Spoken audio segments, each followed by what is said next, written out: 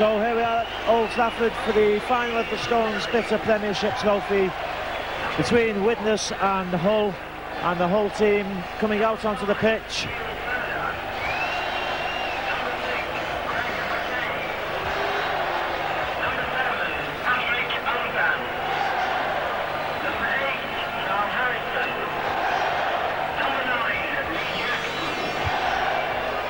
Again, it's a superb crowd here, almost full to capacity. It must be close to last year's record crowd of 40,796 when Widnes played Bradford. And they've witnessed a superb, exciting match in which Salford beat Halifax for the second division championship title. What many people billed as the unofficial second division decider for the championship. The two teams hadn't played each other in the league this season. Salford winning that one by 27 points to 20. And the Widnes team come out in a new kit this afternoon, a normal black top with the red, thin red bands on the sleeves, a black band on the sleeve, and a colourful black and red flash on the front of it. Very stylish indeed, and I think it will be a big favourite with the fans. It is of course available in the Widnes shop.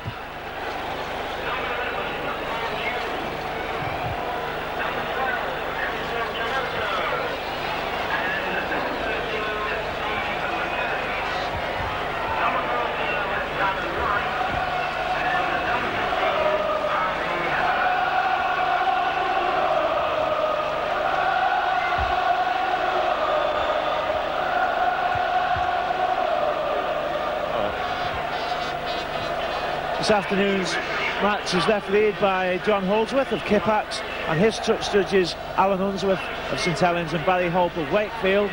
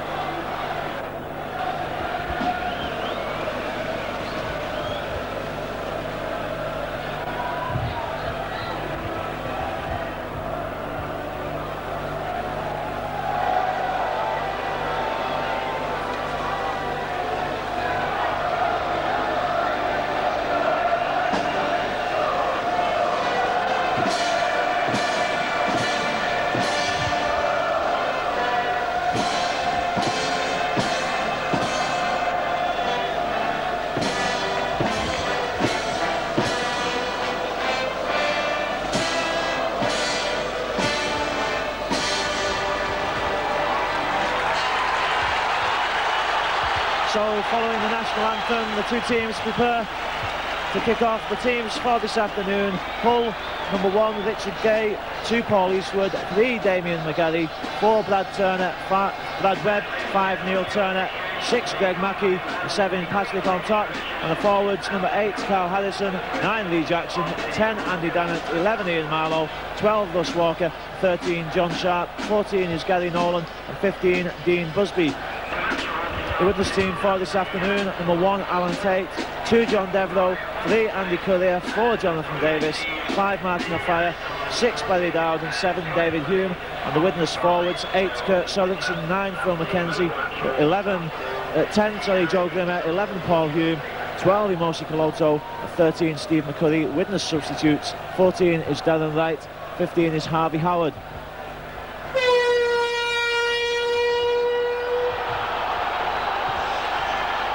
And a superb match in prospect here. Widnes looking to end the season in the 5th Premiership final here at Old Trafford. And it's the usual end of season game for Widnes in recent seasons. The 4th successive appearance for the Chemics, looking to make up somewhat for the disappointment of that semi-final defeat in the Challenge Cup to St Helens and the loss of the championship by 1 point to Wigan. Hull, well, they led the championship race for a greater part of the season and then faded away due mainly to a poor form away from home, finishing eventually 3rd in the leagues, 6 points behind Widnes in fact. Widnes beating Hull at Norton Park in the Legal Trophy 24-16 and in the league 28 points to 2, with Hull with that 32 points to 6 win in September early on in the season when they were going strong. And really this will probably be the toughest match the Widnes have had in a Premiership final.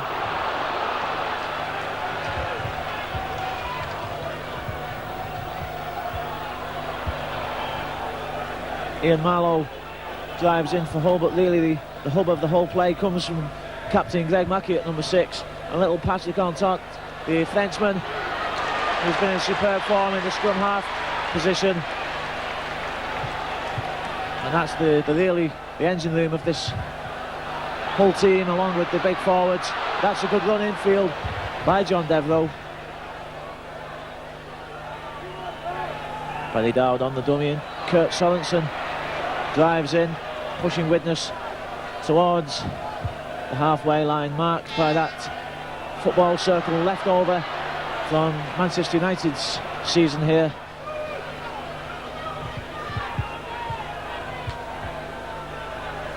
Barry Dowd, and what a great couple of performances he's put in since coming in for the injured Tony Myler. He's really had to carry that responsibility on his shoulders, Dowd, and he's done a great job. The kick there from Steve McCurry just bounces off the Hull defender, picked up by Antot.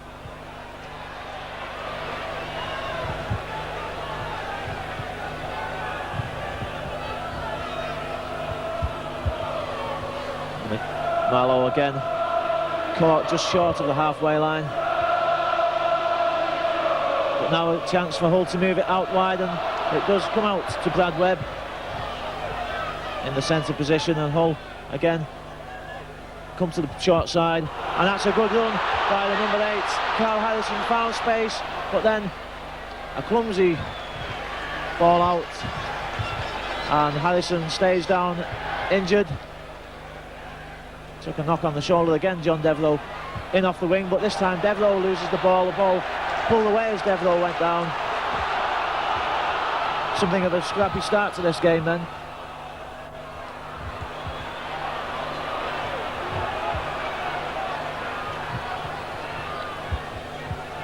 And early territorial advantage going to Hull.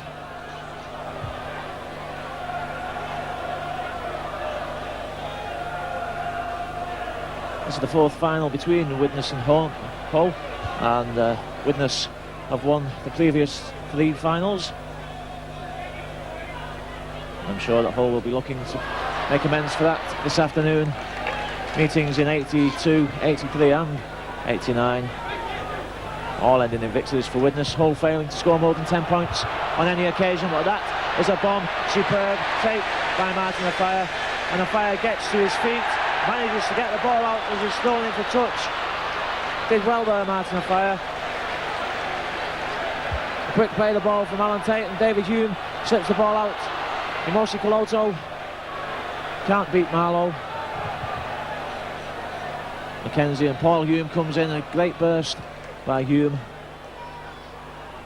Eventually the tackle brings it to a halt, and Joe Grimmer now comes in with a great surging run from Grimmer, came from deep and taps the ball to himself allowed to do that. There's no marker, and again Grimmer makes another 6 or 7 yards. Final tackle for Widnes. Mackenzie nearly caught in possession. Good kick through from Barry Dowd. That's a great kick by Dowd, and that's another aspect of Barry Dowd's game which has been quite evident in the last couple of matches that he has played in. He's put in some excellent positional kicks, taking some pressure off Widnes, putting Hull back in their 22. Nice feed by Ontat. The ball comes out the base of the scrum. Greg Mackey caught in possession.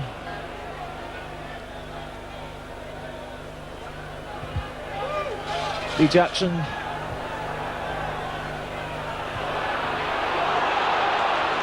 And a good run. Again, Andy Dannett finds space in the Widnes defence. And that's a nice inside ball, and again it's Carl Harrison taking up the play, but good defence from David Hume. Mackey kicks through, and there's a chance there. There's a chase on. The ball bounces up. John Deverell forced to fall on the ball, but an intelligent kick from Greg Mackey, and it was partly thanks to his kicking up at Hull that Hull achieved that magnificent win in September, because he really did kick Widnes to death on that day. Emosi Koloto comes in now, pushing Widnes out of the 22. Again, the Widnes forwards coming from deep. Paul Hume lines himself up just off camera, but the ball switched back, and that's a good ball. Good support from Steve McCurry. Great prospect, the Widnes youngster. Jonathan Davis, captain for Widnes today. Thankfully recovered from the back injury he sustained in scoring a try last week against Featherstone in the semi-final. Well, that's a good run by the Hull fullback, Richard Gay.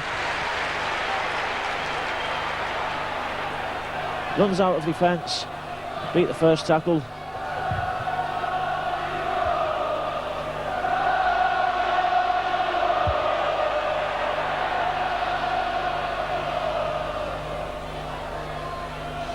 Widnes with a tremendous record in this Premiership final.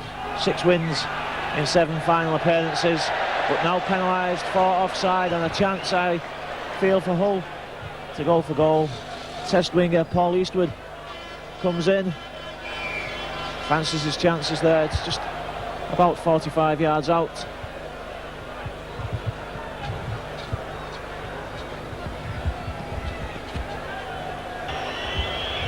So Eastwood looks to put Hull into the lead after 6 minutes of this first half.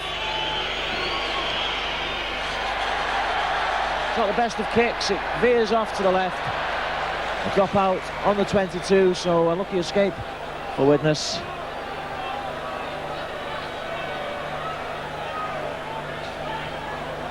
But Hull certainly coming out fighting.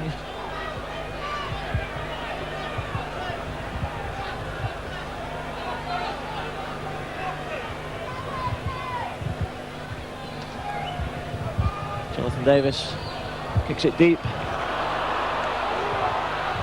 Good catch by Russ Walker, but good defence. This time it's Mackenzie and Barry Dowd.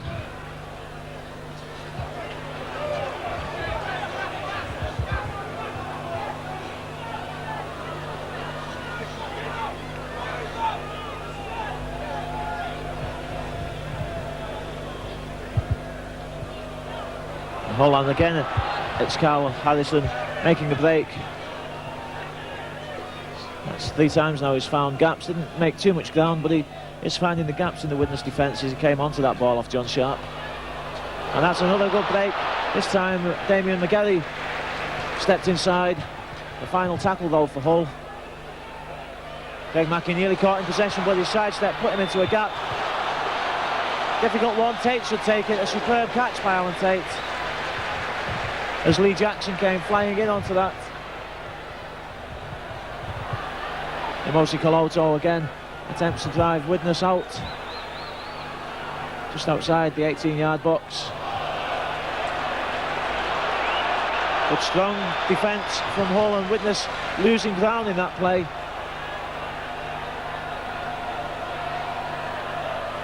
Paul Hume, but again he can't make really any headway there.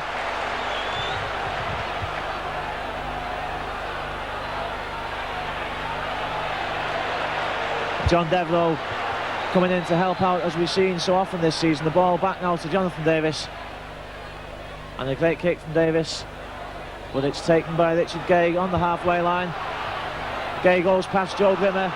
Superb tackle by David Hume, and it was a crucial tackle because the line behind Hume was broken. Mackie, Brad Webb.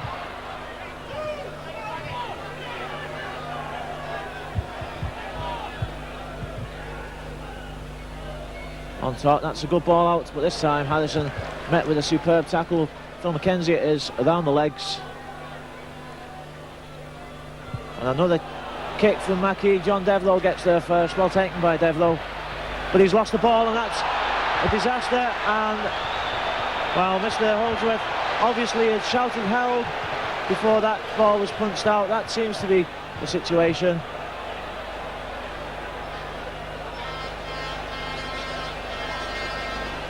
So Widnes with something of a lucky escape there.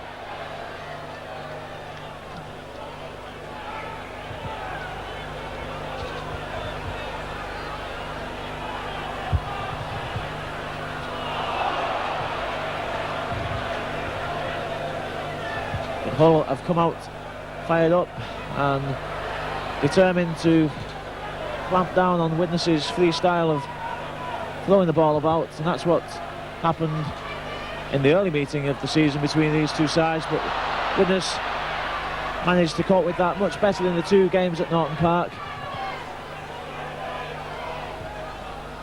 It's not the best of kicks from David Hume, and it's gone straight out.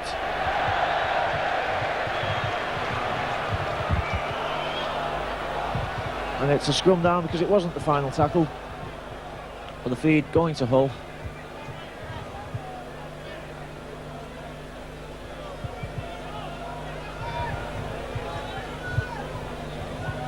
David Hume, winner of the coveted Harry Sunderland Man of the Match award in 1988. The Widnes player who's perhaps most anxious to win that today is Alan Tate. Won it for the last two seasons, going for the record-breaking third successive win. The other Widnes player to win it, of course, Tony Myler, won the award in 1983 when Widnes beat Hull 22-10. But at the moment it's Hull on the attack, and Lee Jackson pushes forward 10 metres now out from the Widnes line.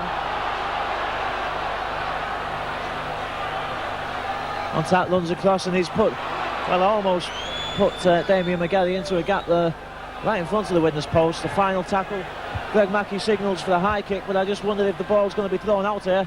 I think that was a dummy, and it was, and it's a try for Hull. Well, that's a disastrous start for Widnes.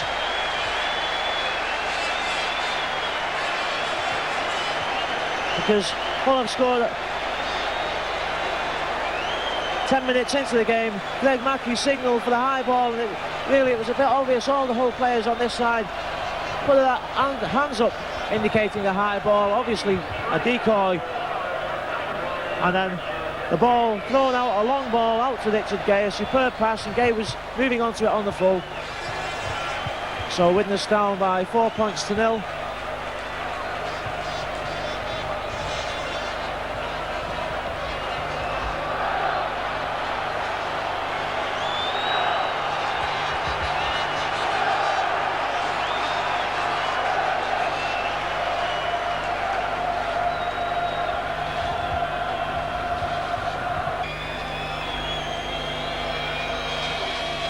And again it pulls to the left. That's a bad kick from Eastwood. So just 4 points to 0 to Hull.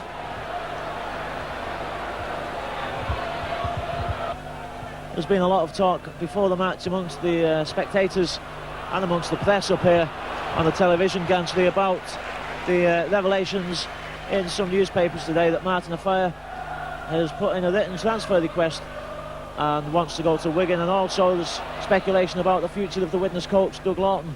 Without commenting on that, I just wonder how that has affected Widnes' build-up for this match. Speculation of that sort is not the ideal thing before the major final, but I'm sure the players will just ignore it. It's like water off a duck's back at times, I think.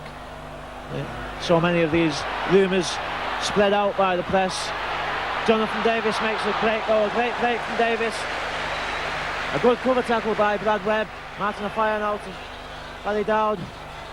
Floto's dummy doesn't achieve much.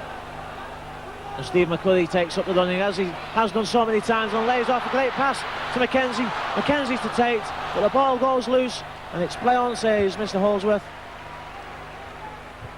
Alan Tate took a knock on the leg, as did Steve McCurry in that move. The two Widnes players limping, but a great break from the Widnes youngster, Steve McCurry. And he's so good at laying off the ball when he seems to have been tackled. He just turns and slips the ball out. Well, the penalty against Joe Grimmer, a little bit harsh maybe. Grimmer swinging, missed the tackle completely. But the penalty goes to Hull.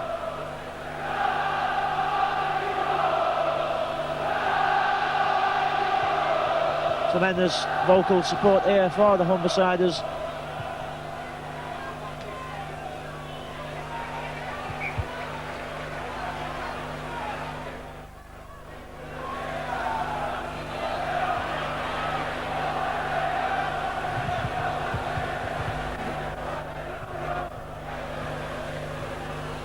Mackey dummies and then throws out the long ball to Russ Walker. Switch again to the left, John Sharp this time. A good tackle there by Barry Dowd, together with Andy Courier.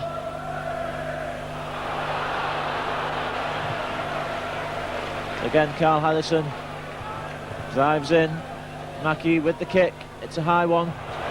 Alan Tate's got a long way to come for that. John Devereux's there. What a great catch by Alan Tate though. Superb take by the Widnes fullback. Tate had to come all of, well, virtually 18 to 20 yards for that one.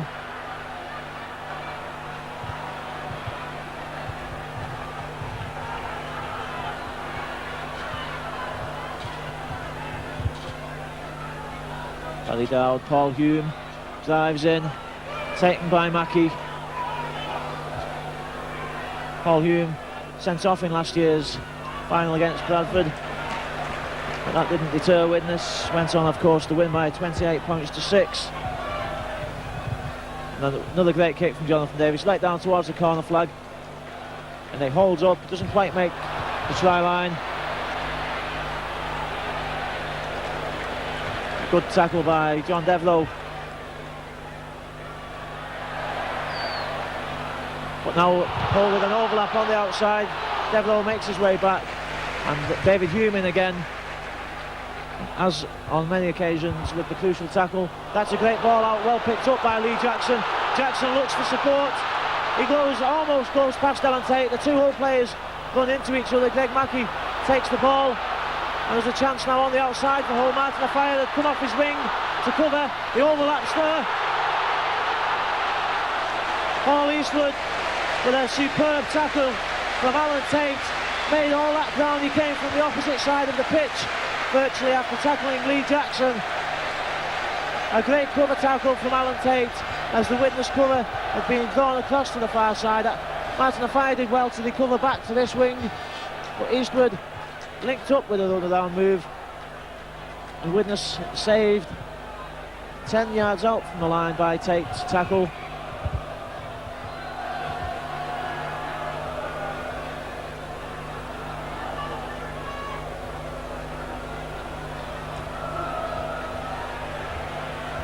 Ball in and out. Barry Dowd fumbles that one.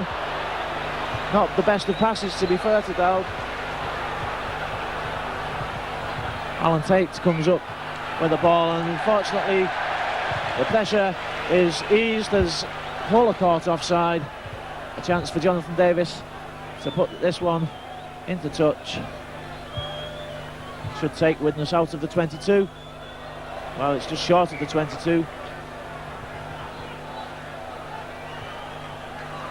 Kurt Sorensen comes in to take on the job of pushing Widnes forward.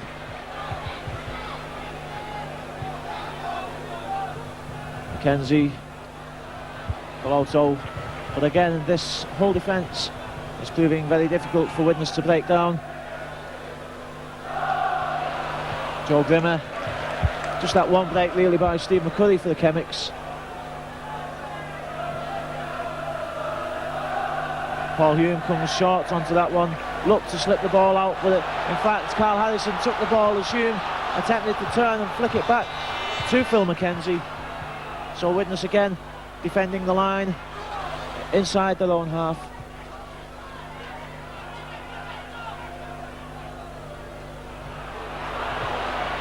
And a great ball out and a good linking up there. Mackey to on top, not the best of passes, but Paul Eastwood comes onto that one, keeps going. With Hull here in danger of turning Widnes apart on the far left side. The Widnes defence has got to drift over. There was a one-man overlap, there still is an overlap on that side. McCurry goes in to cover the gap, but the ball slipped inside by Ontot. A great tackle by Emosi Colotto, and the final one coming up for Hull. Mackey again stands up, the ball should run dead, Alan Tate just shepherds it over the line. But Widnes really under pressure from Hull at the moment. With a quick tap, Kurt Sorensen slips it back inside, Jonathan Davis steps up a gear.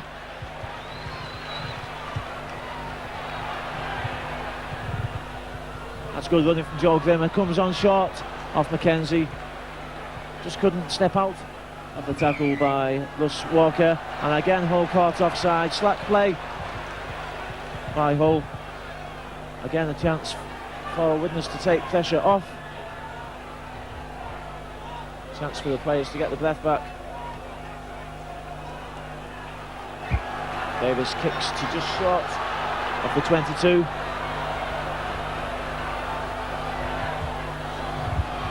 Paddy Dowd's got Colotto with him, a flat one and a run around and a miss man, and Steve McCurry came in from behind Dowd. Sorensen steps away, good ball out to John Devlow, and not really any space for Devlow. 3-1 against John Devlow there. But Courier now comes in, sells a dummy actually to nobody on the outside. Great long ball out from Mackenzie. Dowd to Hume, Dowd comes again and they switch it back. Well, Steve McCurry, I think that pass had been spotted by the Hull defender. McCurry it was who made the tackle. Courier kicks through, and again, but Richard Gay that gets down well. Tackled by David Hume.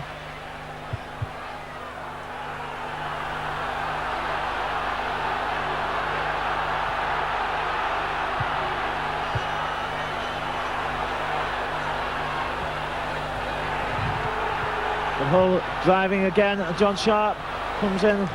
Jonathan Davis just taps his ankles.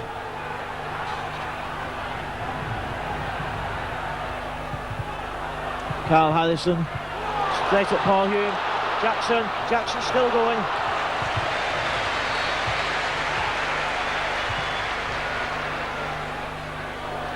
And that kick goes behind Martin Afire as Afire was attempting to make his way back.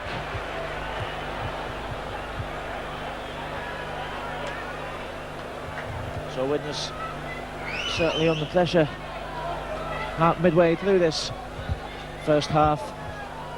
Still just the one score for Richard Gay for Hull. 4-0 it is to Hull. And again the Hull line moves up very quickly. Alan Tate takes the ball in.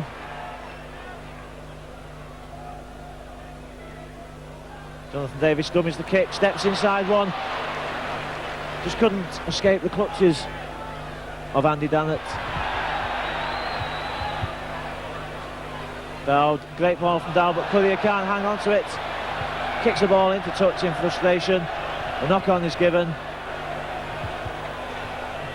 Widnes seem a little bit disorganised at the moment, just can't string the crucial passes together.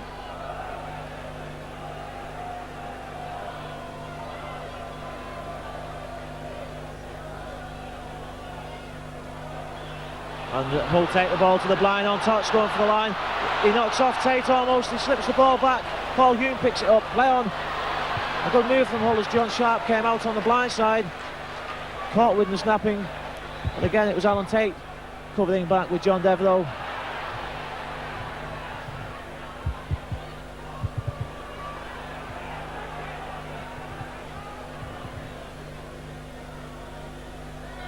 Sorensen looks for support, can't slip the ball out.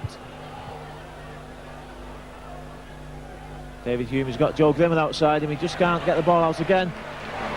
Grimmer runs into Sharp. The two players have a bit of argy-bargy, the game goes on. Davis kicks deep, but the Widnes line moves up quite slowly, and there was a chance in the middle, there was a gap in the line. The three defenders on that far side do the job. Good tackle by Coloto.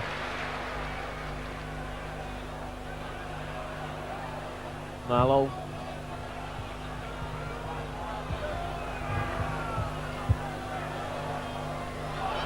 And a break made again by Ontart. He's still going across the field. Got Eastwood. Eastwood comes inside. There's a chance for Eastwood in the middle. He steps away and he's going again. Paul Eastwood, he slips the ball out. And it's a try by Russ Walker. But that coming from a great run, it has to be said, by Paul Eastwood. He changed direction 3 or 4 times there.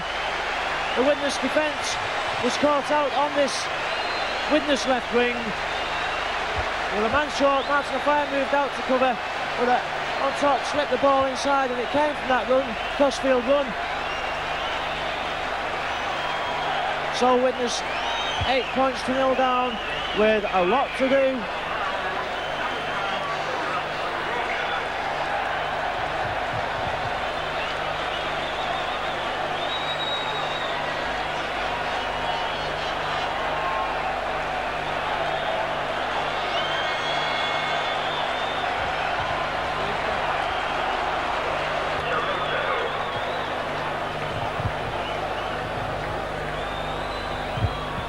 Harvey Howard, one player who is capable of breaking through this whole defence, perhaps.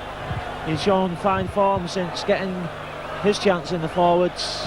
Initially signed from Waterloo as a winger, but certainly big enough to play in the forwards, and as I say, shown some good form in the latter stages of this season.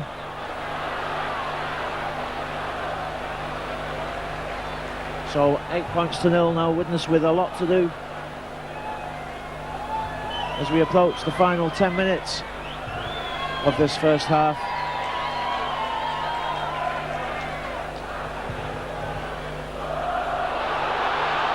And again, Hull almost find the gap. Andy Dannett just caught a great tackle again by Harvey Howard, but the ball kept alive. And again, space on the outside, but the ball brought back infield. On Tat, and again it's the kick in, which is pushing Widnes back into the 22.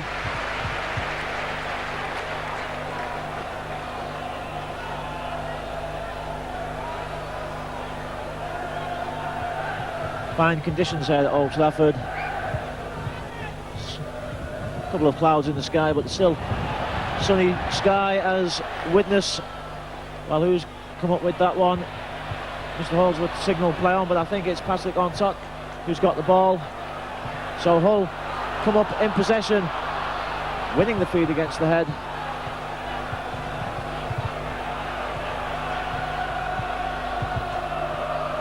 And it really would be a disastrous end to the season if Widnes can't pull something out of the bag this afternoon. This Premiership final gaining in stature all the time, and again Hull with a gap on the outside. McGarry perhaps better chance to pass the ball out to Eastwood. This time it goes out. Martin Afire just intercepts and knocks the ball into touch. But Widnes caught short again on this Widnes left wing.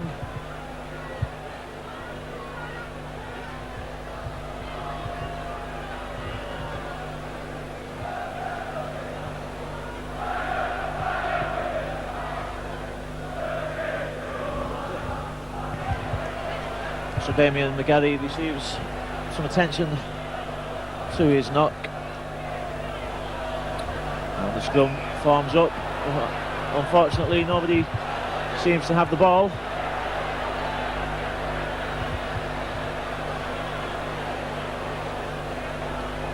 So on top to feed. The ball goes in, it's hooked a long way back, and a chance for David Hume to cover the tackle. A great tackle by Hume. Greg Mackey Eastwood again comes in off the wing. There's a gap outside Sorensen, but Sorensen covered it well.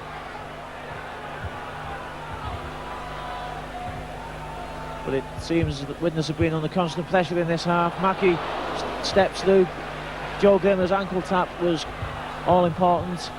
Jackson throws a dummy, slips the ball to Dannett, and now just metres short of the Widnes line. And once again, will Jackson go himself? He slips the ball inside to Harrison, but that's a great tackle from Hume. Knocks Harrison back. John Sharp keeps the ball alive though. A long ball out. Devereux was forced to come in there, and Andy Currier races up quickly to end the move. The final tackle for Hull. Long ball out, but it's lost in the tackle.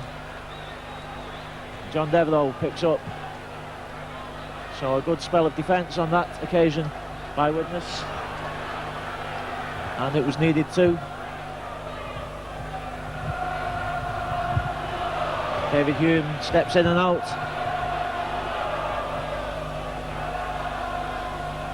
Harvey Howard with his first chance to drive the ball in.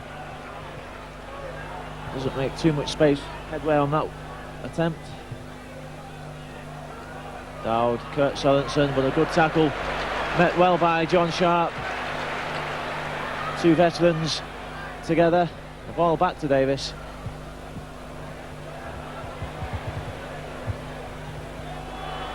Picked up by Neil Turner. Turner comes crossfield.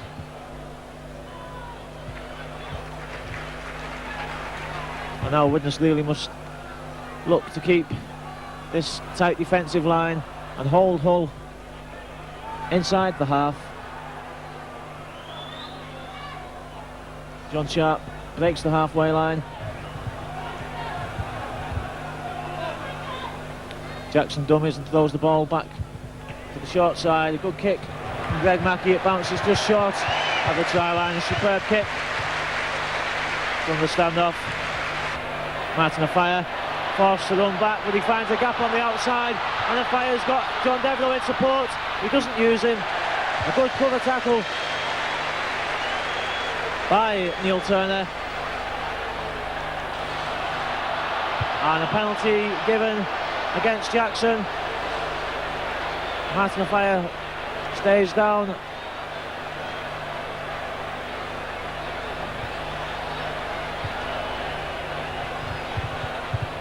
I think Afire was holding his leg.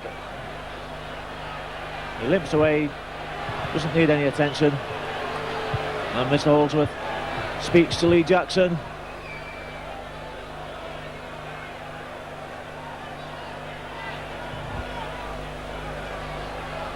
But that was a good break by Martin Afire. Slightly dangerous to run across his own line, but Martin Afire can get away with things like that on many occasions.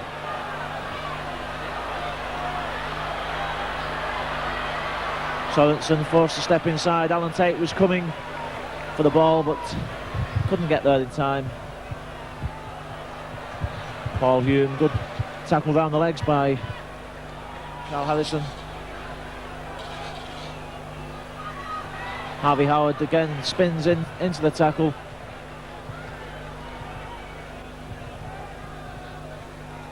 Joe Grimmer comes off. McKenzie looks to keep the ball alive. He won't be put down that easily. In fact, he won't be put down at all. Joe Grimmer. McKenzie spots a gap, drives forward, and the final tackle for Widnes. Jonathan Davis to put a high one in. That's a tester. Richard Gay's got a lot to do, and a great tackle from Alan Tate.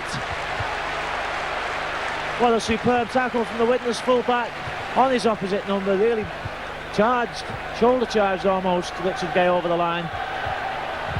Although a good catch by the Hull fullback.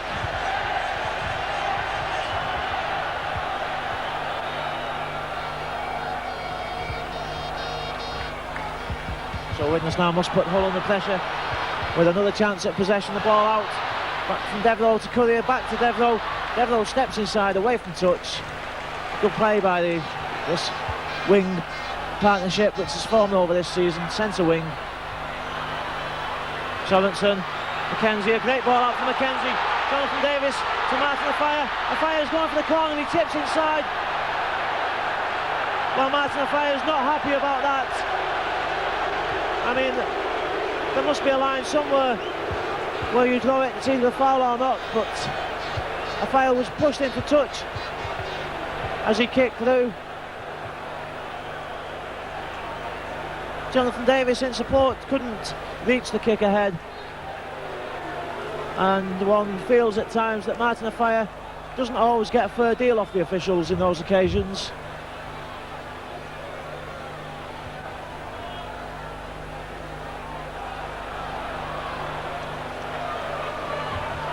So a chance goes begging.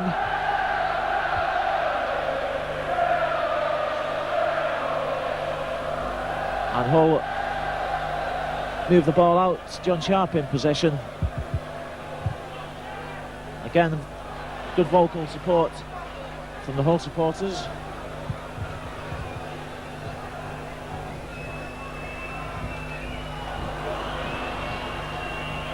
Hasn't been too much noticeable chanting in Widnes' favour. I just wondered if those speculations in the press have done something to dampen the atmosphere and the enthusiasm of the Widnes crowd. Obviously a Time publication by the newspaper concerned to coincide with today's final.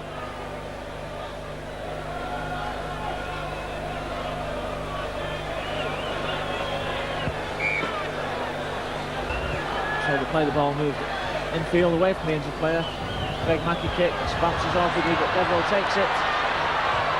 He's got Alan Tate in support.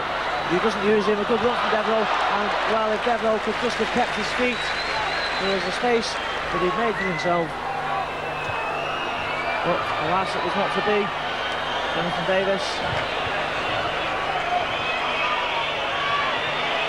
Joe Grimmer storms in again, and he gets the ball out. A forward pass. Says Mr. Holdsworth, it was a close cut thing. As Grimmer just slipped the ball out in the tackle. Great support from David Hume.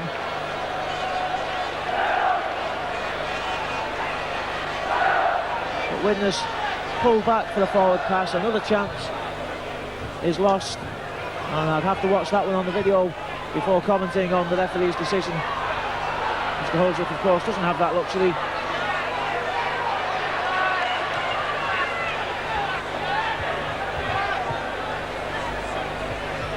So Hull again in possession. Widnes tackling machine again has to come into operation.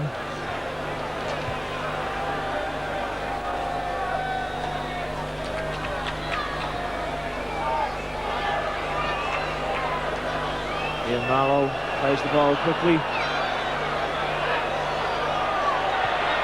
Well, Jackson fell there on top of McKenzie. Kick forward. Touching goal. Kick by John Sharp, somewhat half-hearted. So attack only 22 for Widnes. Joe Grimmer first through, just can't get the ball out. There was a man in between Grimmer and David Hume. That's a good run around. Alan Tate coming off Kurt Sorensen as we approach the final minutes of this first half. The hooter should be going any second now. Paddy Dowd throws the ball out. Courier can't hang on to it. Devereux picks up. And there is the half-time hooter. So Hull leading Widnes by 8 points to 4 in a game which territorially 8 points to 0, beg your pardon, in a game which territorially Hull perhaps had most of the advantage, but Widnes beginning to find some gaps in the latter stages of that half. But tries from Richard Gay and from Russ Walker, the second row Hull player. So the half-time score here at Old Trafford is Widnes 0, Hull 8.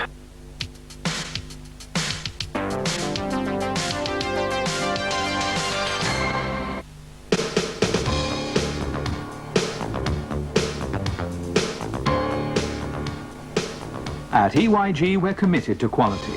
The many customers who bought their windows, doors and conservatories from us tell us that the expertise of the company, after 20 years in the business, is abundantly evident at all stages of production. All your windows, doors and conservatories are custom built in our modern factory. Because of this, we eliminate the middleman and ensure that our quality comes to you at a price you can afford.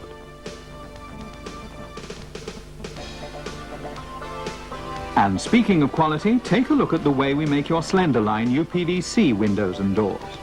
At EYG, all joints are heat welded, not for us the glued and screwed methods of some manufacturers.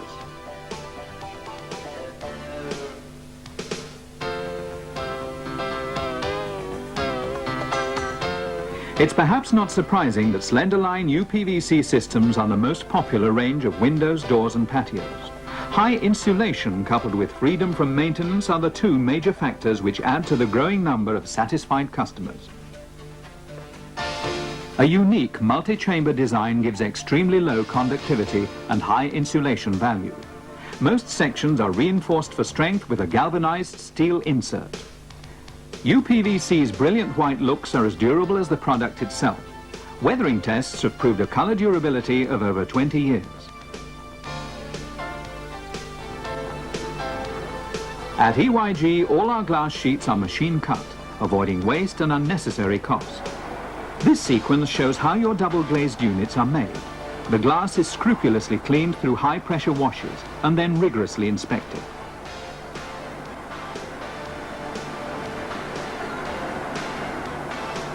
Our 20mm spacer bar is placed on the glass. Another pane then follows to complete the unit.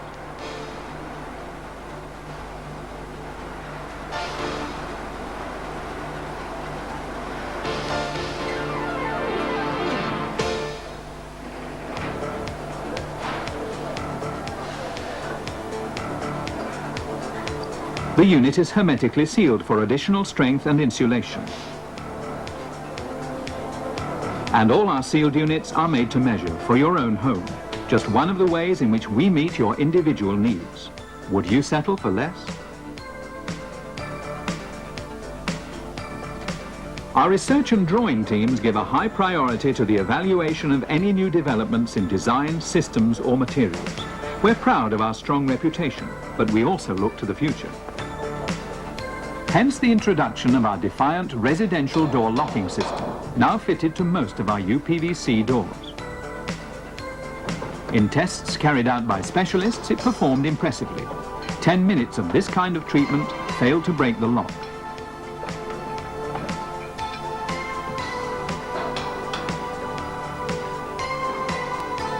Moreover, after the attempt, the door still functioned normally. The secret is in this unique system which uses long-throw 18mm upper and lower brass deadbolts to considerably strengthen the central lock itself.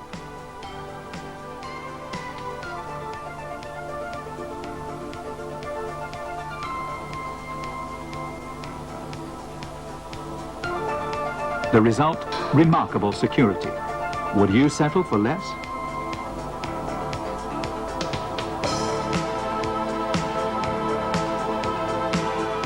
The Defiant system is just one example of EYG striving for perfection.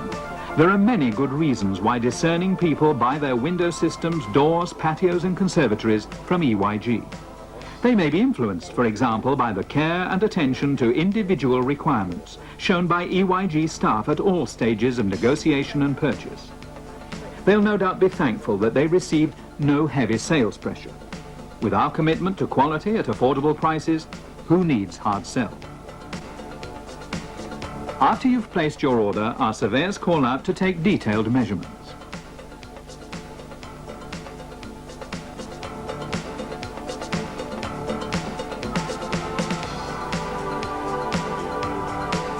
We're now going to look at the step-by-step construction of an EYG Victorian conservatory.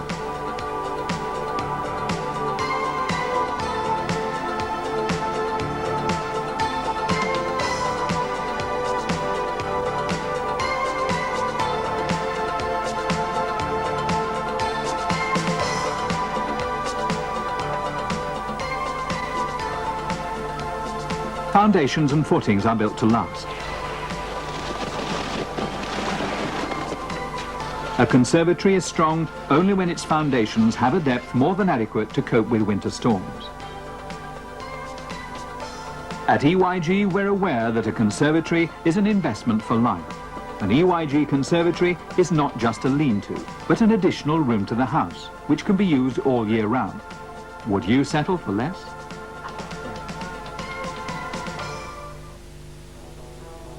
Where brickwork is required, it's carried out by experienced professionals.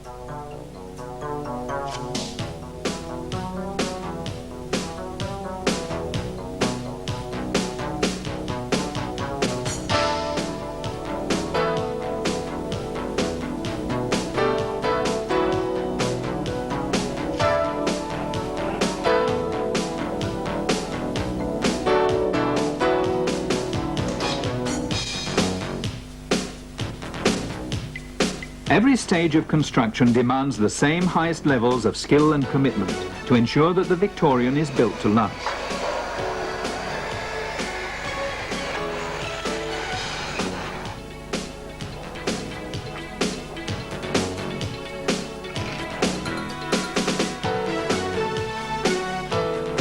"20 years of experience lie behind our ability to work quickly, efficiently, and with a minimum of fuss.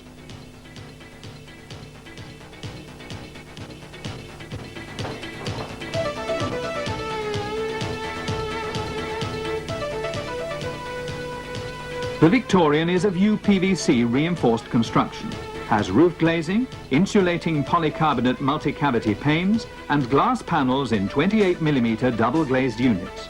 Like all EYG conservatories, it conforms to British Standard 6262, our commitment to quality, to you. Would you settle for less?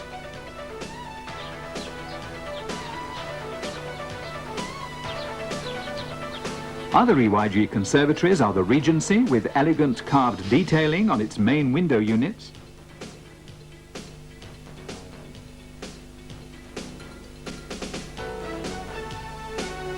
and for those whose tastes lean towards Georgian, the Tropicana with its solid GRP roof, adaptable to different property styles.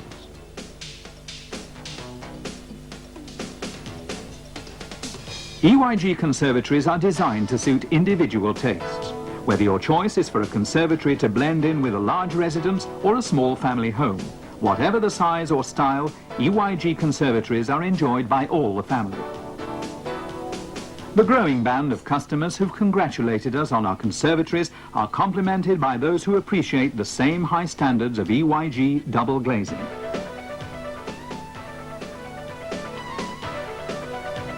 When we fit your double glazing units, we understand how important your home is to you. We keep disturbance and untidiness to the minimum. This customer has chosen high security Guardian windows. These differ from ordinary systems in that, put simply, the windows are glazed from the inside. The problem is that however secure the locks on double glazed units, with most frames actually removing the glass panels is not too difficult. The EYG Guardian system beats the burglar by using glazing bead applied from the interior of the house during installation. The bead can't be reached or removed from the outside, and neither can the glass panels. Would you settle for less? In addition to UPVC systems, EYG provide windows and doors in aluminium or in hardwood. Like UPVC, aluminium requires very little maintenance. The EYG style harmonizes with all kinds of property. But if you're one of those people no less discerning who swear by the satisfying richness and texture of natural wood, we're sure you'll be won over by EYG's impressive range of top quality hardwood windows. Each unit is manufactured from specifically selected kiln-dried hardwood, each unit treated to ensure the longest possible life. Would you settle for less? As you might expect, the same high standards of elegance and security are applied to our commercial windows and doors. Here too, EYG bring a wealth of experience in meeting your individual needs. So let's recap on the benefits you'll receive by choosing EYG. Firstly, security. There's the comfort of knowing that the protection of your home or premises is our top priority. The Defiant door locking system and our Guardian windows are clear evidence of this. Secondly, as members of the Glass and Glazing Federation, our strong commitment to quality and security extends throughout the range of our work, from the heat welding of our UPVC window joints and our internally glazed window systems to our meticulous surveying and our firm, solid foundations. All our work is enhanced by the use of top quality materials in the hands of the highest skilled craftsmen. We give a 10-year warranty backed by 20 years in the business. And of course, because we, the manufacturers, sell direct to you, our prices are always competitive. Finally, let's not forget by how much EYG systems enhance your property. EYG systems are designed to make homes look more attractive. And because they can be tailored to your individual needs, they blend remarkably well in a wide variety of locations. At EYG, we meet our clients' needs to the highest possible standards of style, specification and security. Can you afford to settle for less?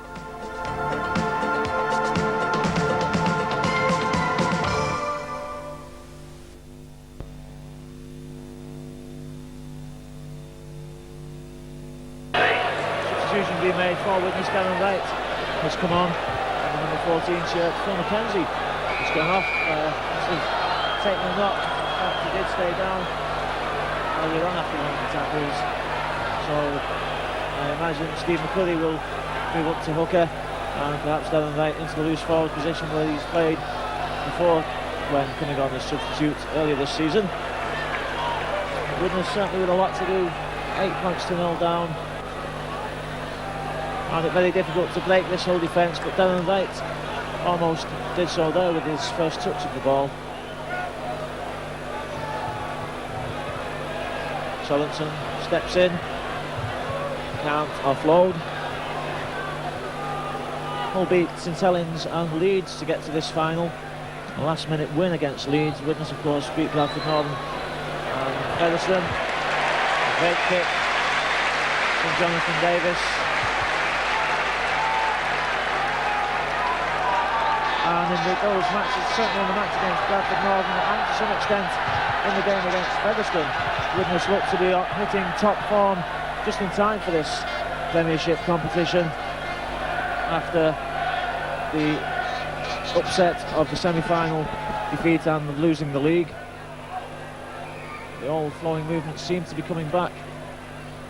Well, we haven't seen too much evidence of that as yet this afternoon.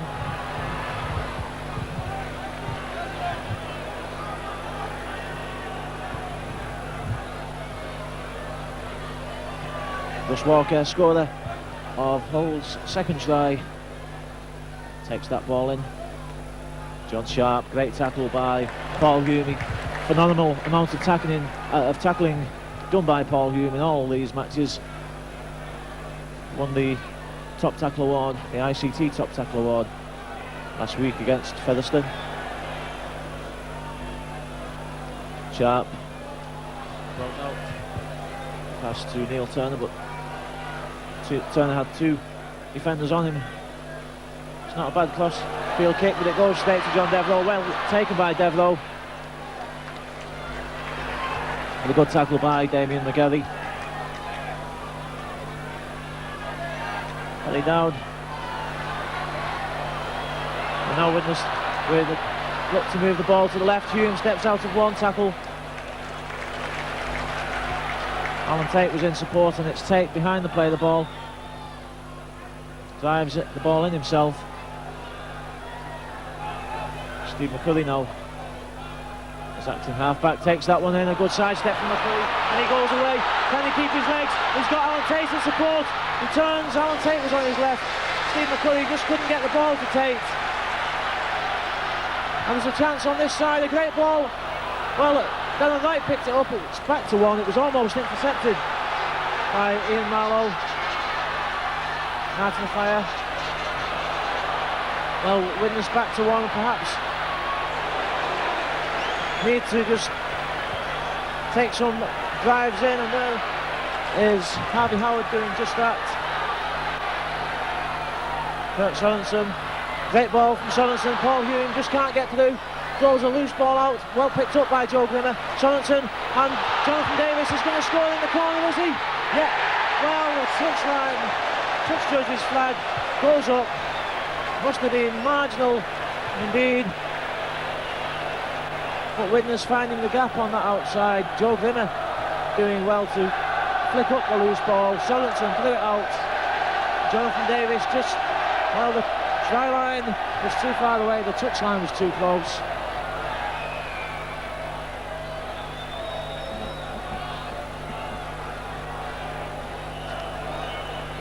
But certainly a more promising start to this second half than anything that Widnes did in the first half. The best attack of the match so far for the Chemics. Crunching tackle again by Paul Hume.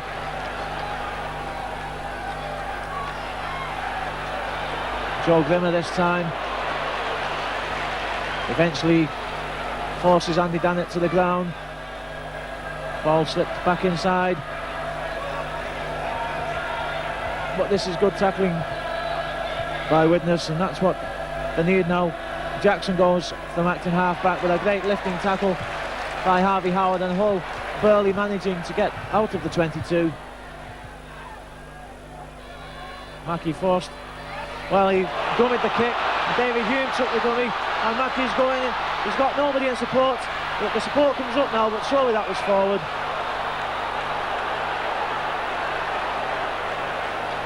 The turnover.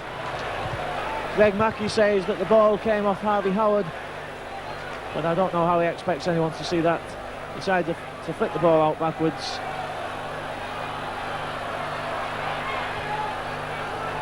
But a dangerous break, just as I was saying that Hull were finding it difficult to break the 22. Mackey dummied the kick and went surging forward. David Hume just off camera urging the Widnes line to get deeper. Alan Tate spins, but can't take the tackle. Barry Dowd comes in, kicks deep. Richard Gay, well, was that a knock on? Well, it went backwards, says the referee. Richard Gay was facing his own line, but of course if the ball went towards the Widnes line it would have been a knock on.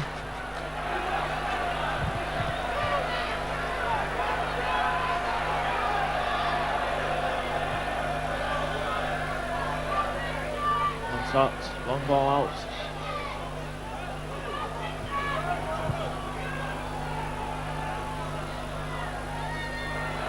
Good run from Carl Harrison, but an equally good tackle by Kurt Sorensen. Good short ball to Andy Dannett, and Dannett pushes Hull forward. He's still going. He steps out of the tackle. He's going for the line. He's got nobody in support. Well, a great break from Andy Dannett. Slack Widnes tackling, and there's a chance again. Eastwood, well, in fact it's in for touch, but I thought that Eastwood might have come inside, and the slip pass from Lee Jackson was definitely on the cards there.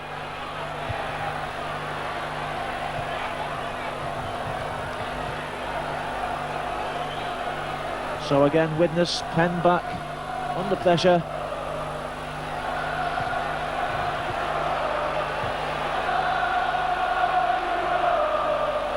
And again the Hull supporters get behind the team in the Stretford end.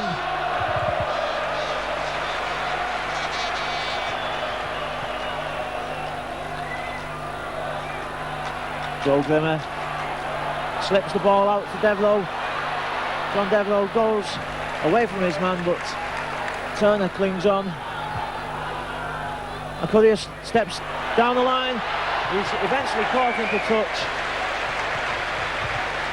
Caught by Damien McGarry, but Andy Courier almost caught Hull out there. The first tackle he stepped out of.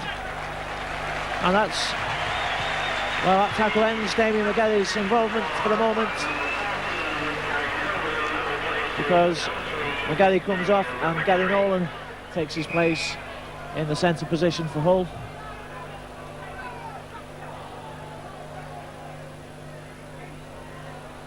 And again the ball picked up by Sharp out of the scrum, but it's Paul Hume who gets out very quickly and covers the Hull loose forward. And Hull move the ball quickly along the line, and again there's space on the outside. Paul Eastwood against Martin Afire. Eastwood steps inside, Afire covers him. But Hull again looking dangerous. Ontat takes the ball back to the short side.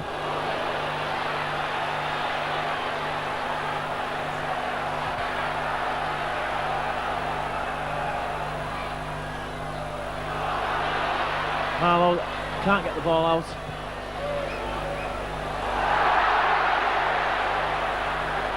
In fact, that's Marlowe coming into the line now. And the final tackle, and again Mackey points to the kick, but Hull have got players to spur out on this left-hand side. In fact, the ball goes back the other way. A long pass out to Eastwood. Richard Gay kicks through. The knock-on is given against Harvey Howard. So possession should go back to the Humbersiders, and Widnes now really under pressure. Ontat takes the ball in himself. Long ball out to Mackey. Mackey dummies, steps back. Great tackle again by Paul Hume. Certainly one Widnes player at least who's fired up out there. I don't think he's missed a tackle all day, Paul Hume. John Sharp comes in. Kurt Sorensen again wraps up Sharp.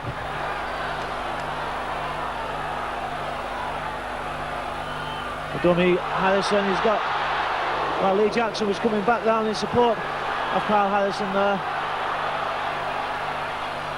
Mackey throws the ball out to Turner. Turner steps inside. Good cover by Andy Currier this time.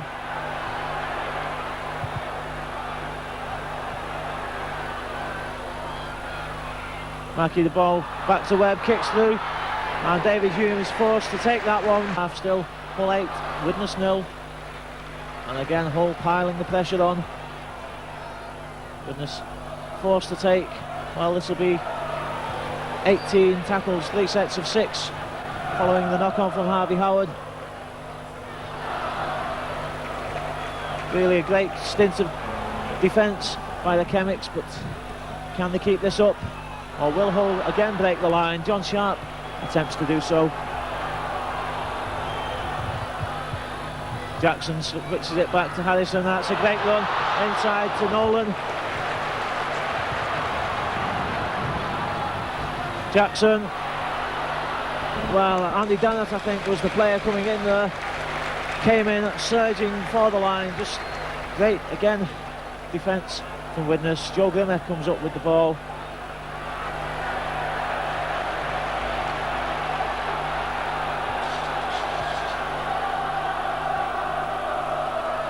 Barry Dowd takes on the running, because this tackling spell is really wearing Widnes down, and that's the way Hull like to play against Widnes, just wear them down, tire them out.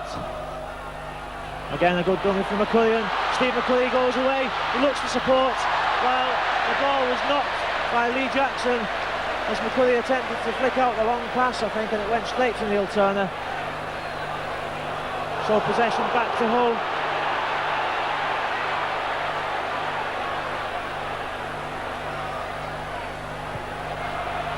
And again, space on the outside, not the best of passes, but well taken by Brad Webb. Martin Afire is on hand to complete the tackle.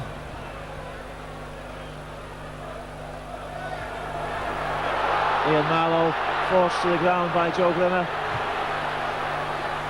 But Jackson goes from the half-back, makes some more ground for Hull. And the final tackle, and I think Mackey may put a bomb in. He's signalling for the corner, but it's a high one. Alan Tate takes it very well behind the line. He steps away from the cover, just caught round the ankles by Brad Webb. The tackle was enough to halt Tate's progress. John Devereux comes in off the wing.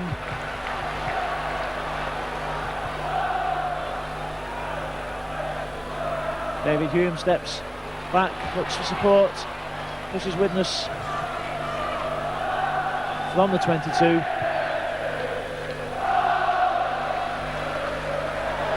Following right, John Sharp a little bit high, but nothing to give a penalty for, says Mr. Holdsworth. Paddy Dowd puts in a high chip, and the Hull players lose the ball. It comes to Richard Gay.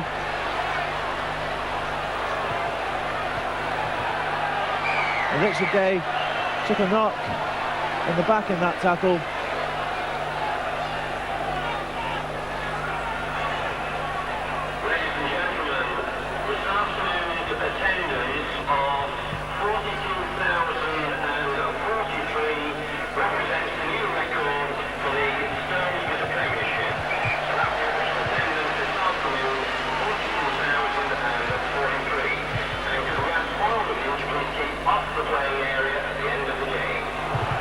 So Hull again in possession, just inside their own half.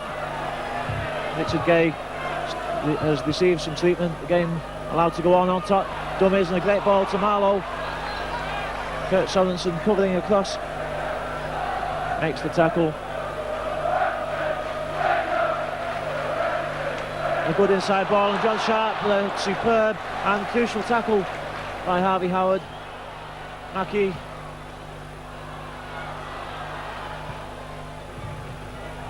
Final tackle for Hull.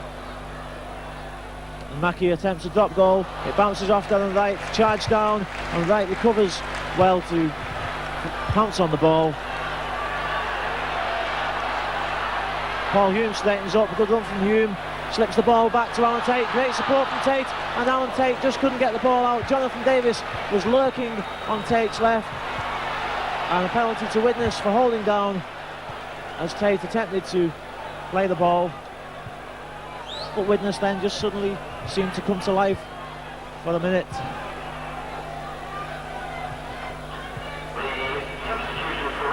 "15 minutes to go in this match as Imosi Koloto comes onto the pitch and Joe Grimmer leaves the field.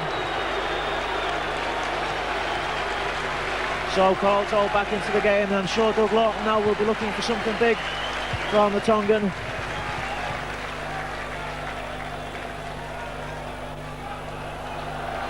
Widnes still 8 points to 0 down, 15 minutes into this second half. This game being witnessed by a record premiership crowd of 42,043 as Harvey Howard keeps the ball alive. Steve McCurry can't do the same. Kurt Sorensen dummies a run round with Paul Hume, and a great ball, nearly a great ball from Hume, but Hume slipped the ball between two Hull players. Mr. Holdsworth says a knock on.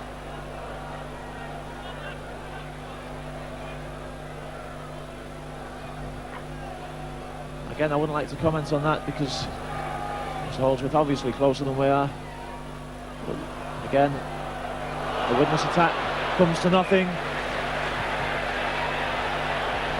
And Paddy Dowd has been spoken to, and Kurt Sorensen also being spoken to by Mr. Holdsworth. I think Kurt's there just as the attorney for the penalty against Dowd. Not too sure what that's for. I've not seen Mr. Holdsworth make a signal.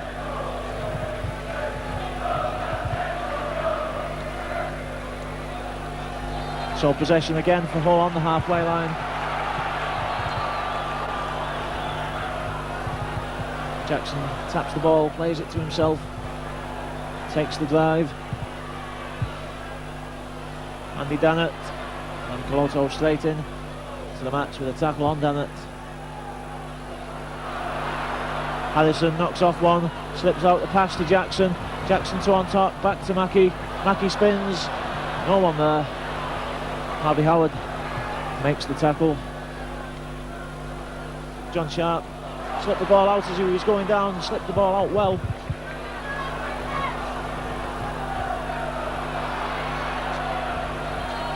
The final tackle again for Hull. Mackie looks to the short side, he puts a towering kick in. It's another tester for Tate and Devereux. John Devereux this time catches the ball. A great catch from the Widnes winger. Looks for the gap. John Sharp just came across in time to make the tackle.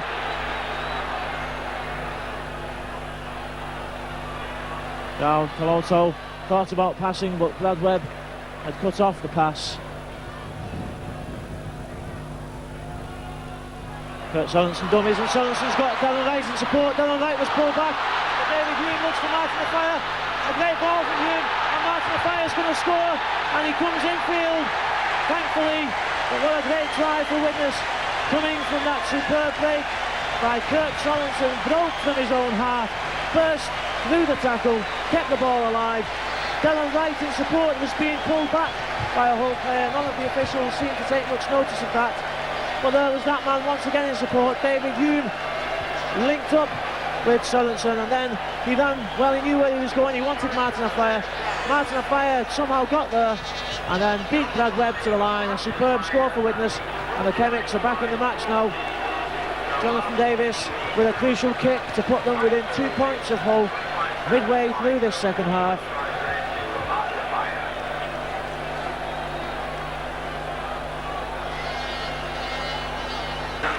And Hull make a substitution here. Marlowe leaves the field and Dean Busby comes on, number 15. An awkward bounce from that kick, but picked up by Andy Currier. Jonathan Davis behind the play the ball. Just drives in. And now the forwards form up. It's Harvey Howard. And Harvey Howard spins again in the tackle, nearly breaks it.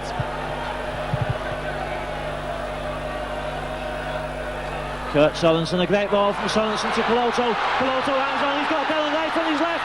He's got nobody on this side. What a great pass though. John Devereux just ran into Neil Turner. The ball goes loose. And, well, Mr. Holdsworth signals, I'm not too sure, a forward pass, I think. But Emosi Coloto there came storming onto that ball from Sorensen. But again, Widnes just not having the luck to go with the break. Dylan Wright actually again was in support there of Emosi Coloto. Coloto attempted to get the long pass out. In fact, did so to John Devereux. But Widnes brought back for the pass.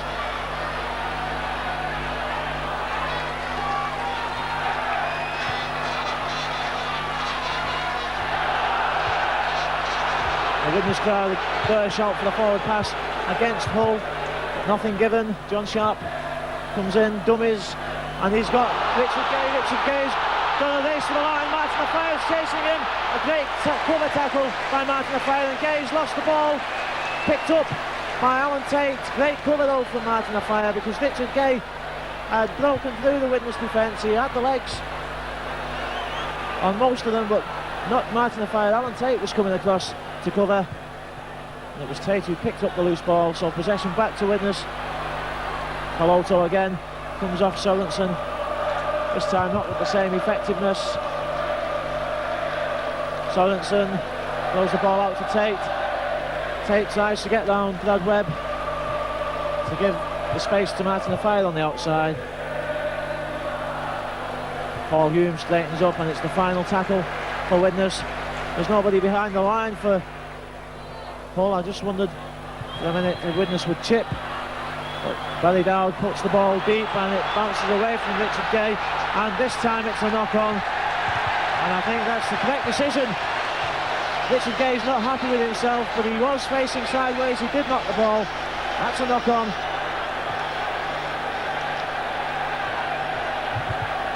And really that's a disastrous mistake for any fullback to make at any level, but in a final of this magnitude, a fullback shouldn't be doing that. He allowed the ball to bounce away from him, and then he knocked on.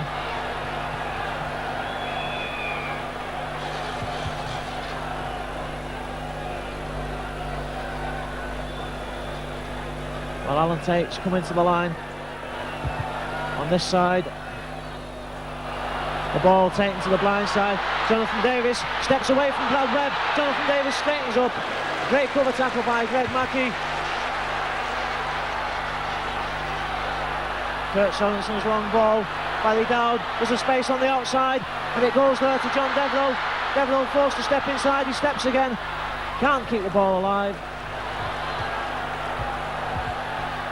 Alan Tate comes to the blind. Slips it up to Courier. Courier, a very short pass to Alan Tate. I wondered if that was a planned move between those two. It certainly came off very well. Courier tries to burrow forward to the line. Well, I wonder if Widnes will put a move on here. It's the long pass out. Sorensen takes the ball, forced to take it standing, comes back this way. And Kurt Sorensen bangs the ground in frustration because another Widnes move comes to nothing. The final pass goes in for touch. Steve McCulley is down injured on the edge of the football 18-yard box. Comes back to his feet.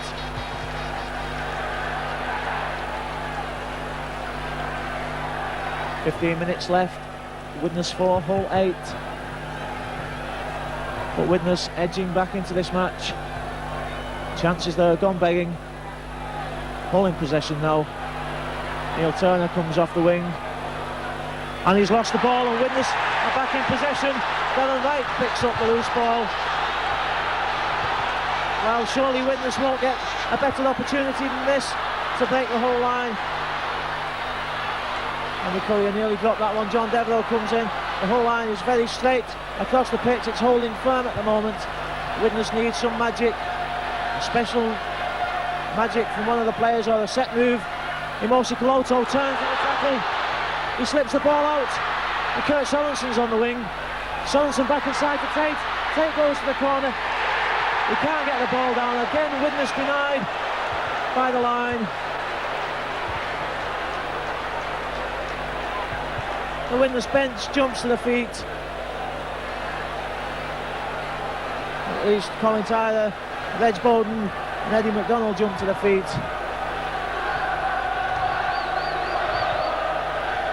Two occasions now, Widnes just caught by the corner flag.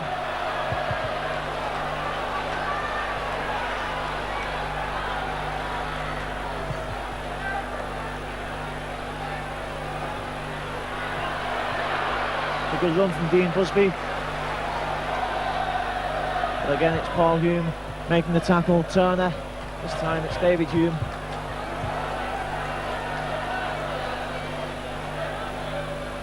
The ball back inside to Harrison. John Sharp.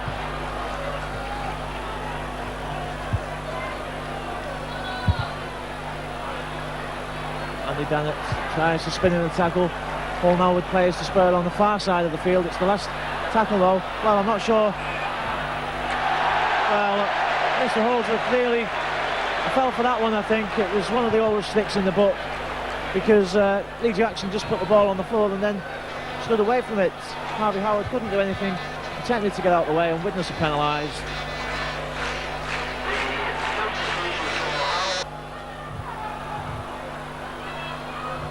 "12 minutes left now. The time is ticking away on Widnes. Substitution made by Hull, incidentally. Ian Marlowe came back on for Andy Dannett.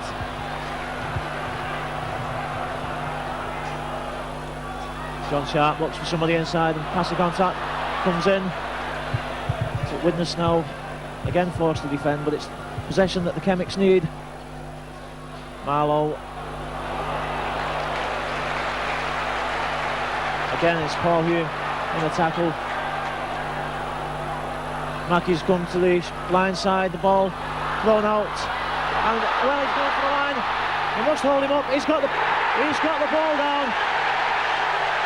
Gary Nolan came from nowhere there, and really that's a disaster for Widnes. Three Widnes players had hold of Gary Nolan, and it seemed as if he would be held up, but somehow he managed to get the ball out and place it down on the ground.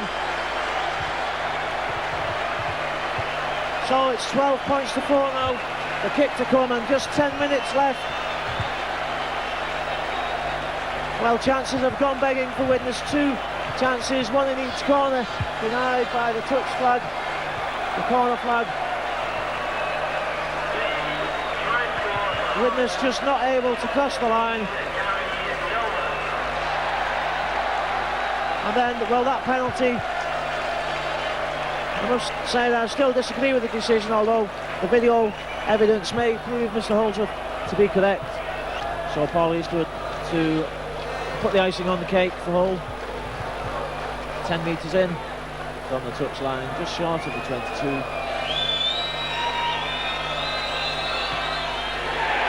And it sails over the post. 14 points to 4 now.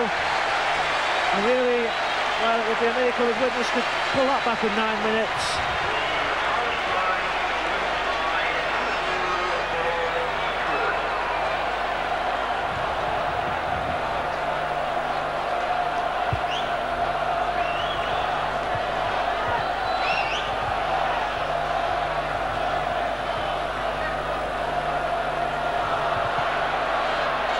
So, what was a promising season for Widnes looks to be set to end in disappointment.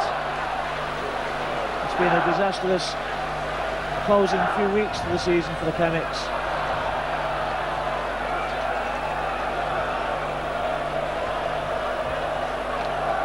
Although by any other team's standards, apart from perhaps Wigan, finishing second in the league and reaching the semi-final of one cup, the final of 2 others, is perhaps not such a bad season.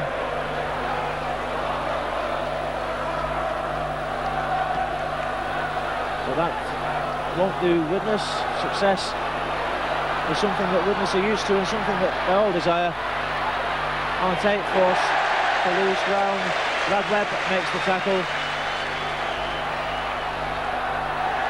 John Devereux can't make any headway. Harvey Howard with a determined run towards the 22. And really it really is do or die for Widnes. The ball to Martin Fire slips, gets back to his feet.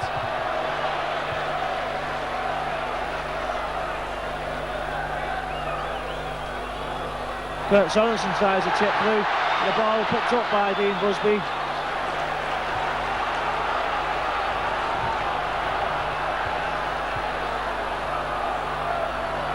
And Hull again move the ball to this side. Forward pass, yes.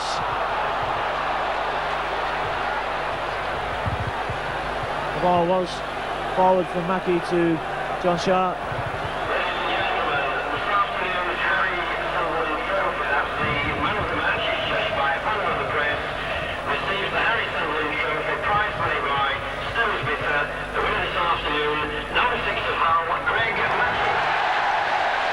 And a kick from Paddy Dowd, and the Courier's chasing that one. Paul Eastwood goes back, falls on the ball. Courier's there in isolation, the lone Widnes player.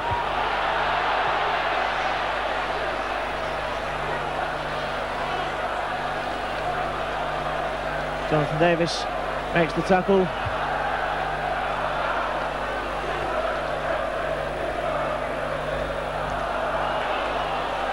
Inside ball to Russ Walker. But really now Hull just need to play out the tackles into the last 5 minutes of this match.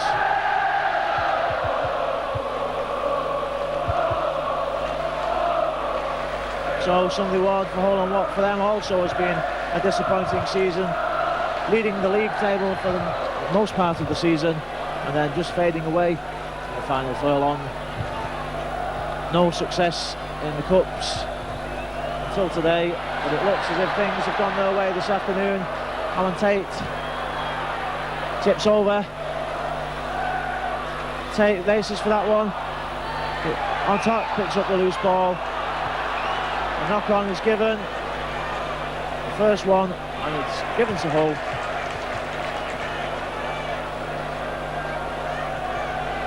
So possession again to the Humbersiders. The police start to assemble below the television gantry in readiness for the presentation of the cup.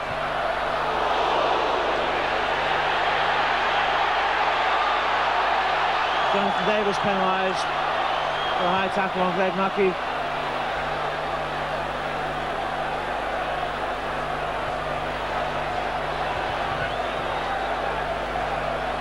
And I think Eastwood will have another kick at goal from this, just to waste some time. And a chance to increase the scoreline. In fact, Eastwood deciding that more time can be wasted by a touch kick.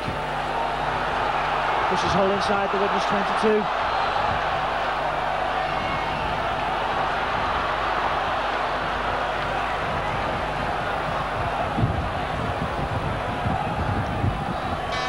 Ball switched to the blind and it's going out. Paul Eastwood just overdone that pass from John Sharp, so it's another scrum.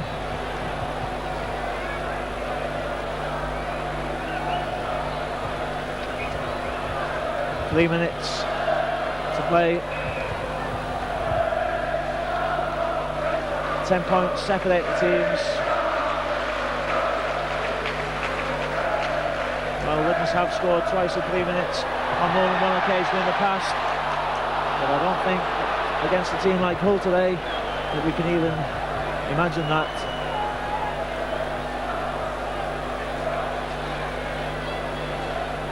The bounce of the ball just not going Widnes' way today. Jonathan Davis denied in the corner early on in this half. Alan Tate denied over here in this corner. John Devereux brought back for a forward pass. And Widnes now move the ball on their own line. Jonathan Davis looks for the corner. He goes outside one, he can't get outside. The Harry Sunderland man of the match winner today, Greg Mackey, makes that tackle. John Devereux picks up, steps in. Back to one. Out through Mosi Peloto. And the Martin Afire comes through the gap, steps away from one, he can't keep the ball alive. A good link up between Peloto and Martin Afire. Barry Dowd. Hume looks for support.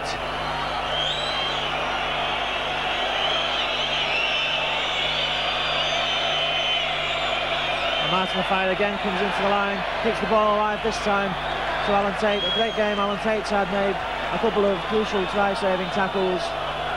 Also taking some very difficult high balls. The chip through from Barry Dowd, but it bounces up nicely for Greg Mackey.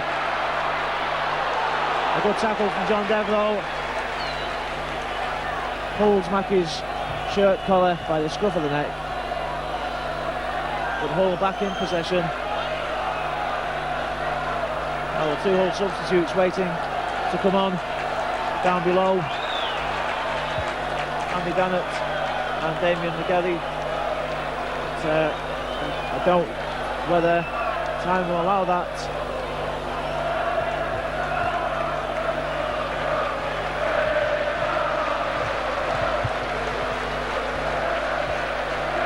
In fact, perhaps not waiting to come on, just waiting to rush on at the end when the final hooter goes, which can't be long enough now.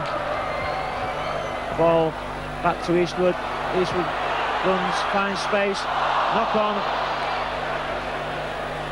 Peloto picks up for Widnes. John Devereux not really had any space on the outside of this right wing position.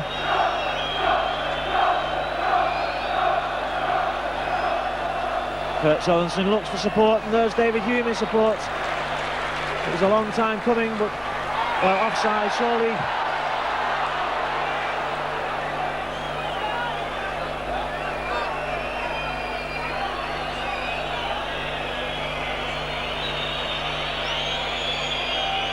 And the substitution now does take place. Damien McGarry, for some reason, I don't know why, Damien McGarry limps back onto the pitch.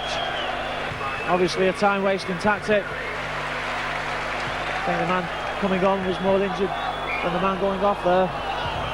The minutes tick away inside the final minute now. Paul Hume straightens up. What a great game Paul Hume has had in the tackling department. Peloto, Dowd on the run around. Dowd looks for support, can't find any. Peloto dummies, a great ball to David Hume. Martin Offiah was coming through off Hume, but Hume couldn't get the ball out.